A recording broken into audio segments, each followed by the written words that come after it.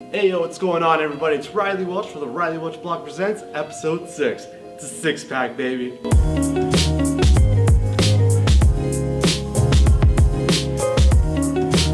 Today is the season finale. I'm going big, I'm going large. I'm talking to Brett Kissel. Well, let's chat. Everybody on your feet.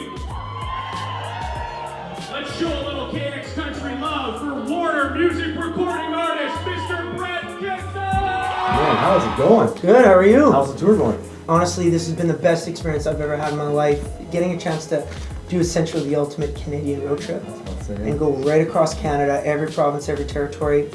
I'm very, very lucky. So actually, that's thank God you said that, because what was the motivation of going to like a smaller town like Mississauga? Well, Mississauga's still big, but Yeah. you know, it's like not a country. Well, you and I both know that if entertainment usually comes to this area, Right. it's going to go to TO or it's going to go to Hamilton and Mississauga. From time to time, we'll get left alone. That said, our goal is we want to play over 100 shows, making this the most extensive tour that's ever happened in Canadian music. So to do that, we had to play everywhere. And instead of the question being, why or how did it all come about, our mandate with my agent, my team at Warner Music, and myself was actually, why not? Why not go and play these places? Why do what everybody else has done and play, 20 shows across Canada and call it a Canadian tour? That's amazing. No, let's do 100 and let's play every province, every territory. Let's go. Yeah, that's such a Canadian thing. You've been to the Yukon, now you're in Ontario.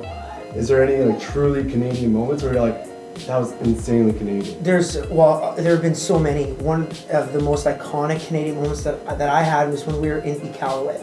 So we flew in and we landed in Nunavut, and we flew on Air North, I believe, our first air, and we get out and we're hit by essentially this Arctic wind. It's stick to your bones cold. It just goes right through you. It's the Arctic.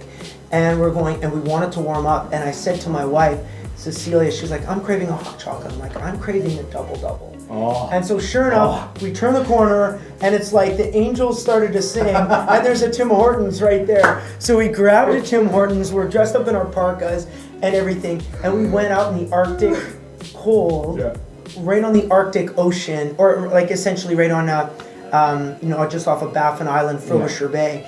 And we're right there, and we're drinking Tim Hortons, and we got our arms around each other like, how Canadian is this? Yeah. Who do you think is flying under the radar? Okay, well, under the radar right now, but not for long, is Eric Etheridge, as far as I think on a national or international stage. So Eric came out on tour with me. We did about half a dozen shows in Ontario, and the way that he can command the crowd and really interact with his audience is unbelievable. So Eric is a guy that I don't believe is signed to any record label right now, and I wouldn't be surprised. Like, mark my words, I would say in 6 months to a year, as early as 6 months, for sure within a year, he's gonna announce that he's got a record deal, because I don't know who's, I cannot believe he's not signed yet. So I was watching this documentary with Quincy Jones, and then he said, all we need in life is music and water. And for me, that kind of stuck to me. I'm like, that's so true. So what quote or what did someone say to you that kind of stuck to you? Maybe beginning of your career, or even maybe last year or something? Well, there's a bunch of quotes that have, been circulating, especially the stars of yesterday of traditional country music. Dolly Parton had a famous interview when she was with Oprah and was talking about her success. And Dolly had said that, I am not the best singer. I'm not the best songwriter. I'm not the best guitar player, and I'm not the best performer, but I can go to sleep at night and be proud because I know I'm the hardest worker. And so she said, where a lot of other artists, and the concept was, why have you been able to maintain a career that has spanned a half century? And she had said, well, because I feel like I've outworked everybody. But I feel, if there's anything that I can say that I know I'm proud of, it would be my work ethic. And I grew up on a cattle ranch. Try not to say no to anything. You work your ass off, you get up, you keep going, and I'm thankful that I've kind of got that gene. What I feel, your music is so honest, and that's why a lot of people connect to it. And the song some people do. A couple years back, I was going through a little like slop, low, it wasn't really me. And then I was listening to that song, and I must listen like maybe 1,500 times, it felt like. And I haven't really said it out loud, but it's just the lyrics, and I'm a huge sucker when it comes to lyrics. And just when I listen to it, it's just like, I kind of put my mind somewhere else. Yeah. So when you hear stories like that, how does that make you feel as a musician? Well, it makes me feel really good, and you know that in a way that I've been able to help unintentionally or intentionally. You always want your lyrics to mean something, and you want to have some value to what you do when you're creating art. But for me, I'm really thankful that I've heard stories, obviously your story and stories from many others about that song helping people through tough times. I wrote it from a personal experience. I lost my grandparents in a car accident, and I miss them all the time, and so I wrote that song essentially for them.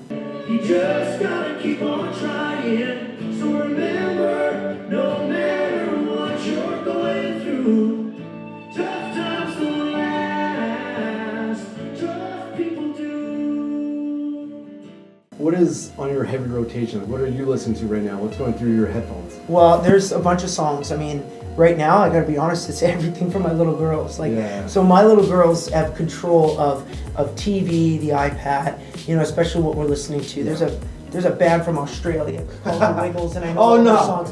It's always The Wiggles. And then there's Paw Patrol. I got Paw Patrol, be there on the double. And I got that, and I just wake up in the morning and I'm singing Paw Patrol. And then I go to bed and I'm singing Paw Patrol. So that's what's on my mind all the time. But I do have like a bit of a playlist that I play when I'm getting ready for shows. Right. And often it's live records of artists. Okay. So it's like Bruce Springsteen live, it's Garth Brooks live, it's George Strait live. When you can hear the crowd, you can hear how they entertain, it gets me jacked up to go out and entertain my crowds. You open up for Garth Brooks. Yeah. I've seen that in Hamilton, amazing. Thank you. You were playing Airwaves, I'm like, oh yeah, this is my boy. Nice. What's one thing that you took from Garth?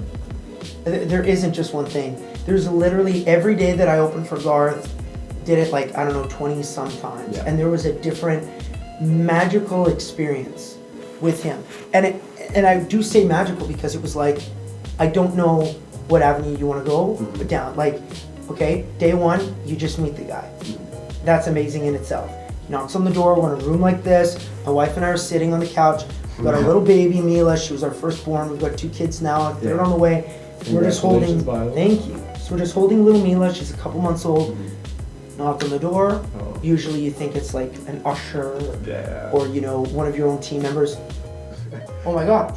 Did you start chirping already? It's like, oh, God, what do you want? Like, no, it's Garth. No. I'm always polite. But so it's Garth, and he walks in, and he just chills with us, has a seat, grabs the baby, sits down, goo, and before you know it, it's like an hour and a half goes by, and it's like, okay, well, I better let you go, go to start the stage. And I remember what we talked about, but I don't know what we talked about is like an hour and a bit. Yeah. And that was day 1. Then day 2, there was something even cooler, and then day 3, and then day 10, and then the 12th time open for, he's the man. He's the best guy. So there's one thing I wanted to do with you, is called the Rapid Fire Challenge. I did it with Rich. Nice, I love this stuff. So list them out, let me know what you think first time. Actually, you kind of touched on this a couple times. That's fine. Ready? Playing on a line with Connor McDavid or playing with Garth Brooks? Well, I've had a chance to play with Garth, so I'm going with McJesus. McJesus, I swear, it's too good. Yeah. Well, I kind of know this. Timmy's or Starbucks? Timmy's. Acoustic or electric? Acoustic. Honky tonks or being on farm? Ooh, both, because you work hard on the farm and then you go and you let loose at the honky tonk. Fantastic. A great stash or a great beard? A great beard. I'm not gonna do Movember this year. Well, maybe, but yeah. See, that's ballsy, because someone asked me, I'm like, no, I can't. I don't think I can. I know you would have a great stash. Yeah. You would. The beard is great though. Oh yeah. Appreciate it. A cowboy hat or a baseball cap? Cowboy hat every day. What's the best place to put maple syrup on? The best place? Yeah. Eggo waffles. Eggo waffles. You can't go on. Yeah. The best nickname ever given to you? I like Bretsky. Bretsky. I like that. Bretsky. Whiskey straight up or on the rocks? Straight up, neat, always. Boy, this guy's done it. Oh my God, dude! Thank you again for coming on. I appreciate it. And I remember like the comment about like cowboy hat all day. Obviously, I'm wearing a ball cap right now, but I'm a cowboy hat guy through and through, being on stage, and I'm proud of that. So. Right on, man. Well, congrats on all your success, Thank and you, hopefully I see you down the road. Well, anytime, buddy. Thank you to Brett Kissel for coming on the show and making it a great season finale. And thank you very much for watching. It's a small idea that I want to pursue, and all thanks to you. Another special shout out to Six Cinema for helping me throughout the season, and hopefully for season 2. That's right, there's gonna be a season 2. Make sure you follow me at GrapesWelch on Instagram, youtube.com/RileyMWelch, and RileyMWelch on Twitter. Remember, keep shooting your shot. I'll see you in season 2. Deuces.